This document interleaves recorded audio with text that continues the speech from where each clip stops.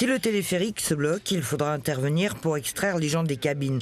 C'est dans cette optique que la CNOR organise 3 formations annuelles visant à regrouper les différents services de secours.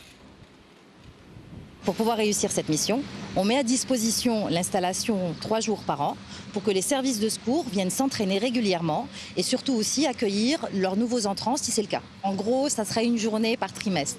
Et il y a aussi un jour d'exercice qui va se faire chaque année. Et donc là, c'est un exercice grandeur nature qu'on mettra en place. Le RAID pour la police, le GRIMP pour les pompiers et le PGHM, appuyé par le GIPN cette fois, font partie du dispositif sur 3 points distincts de Papang. Nous sommes avec l'équipe de gendarmerie du PGHM, un peloton bien rodé aux opérations en hauteur avec un matériel de pointe. Les personnels qui sont habités au matériel, ce sont les personnels du PGHM.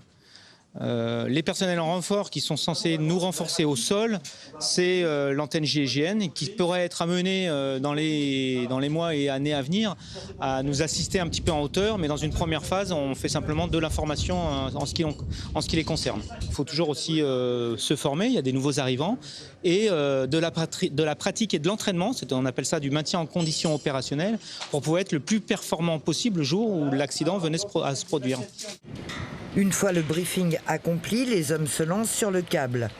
L'objectif pour eux étant la manipulation d'un équipement spécifique et la coordination indispensable à la réussite de l'entraînement et du sauvetage.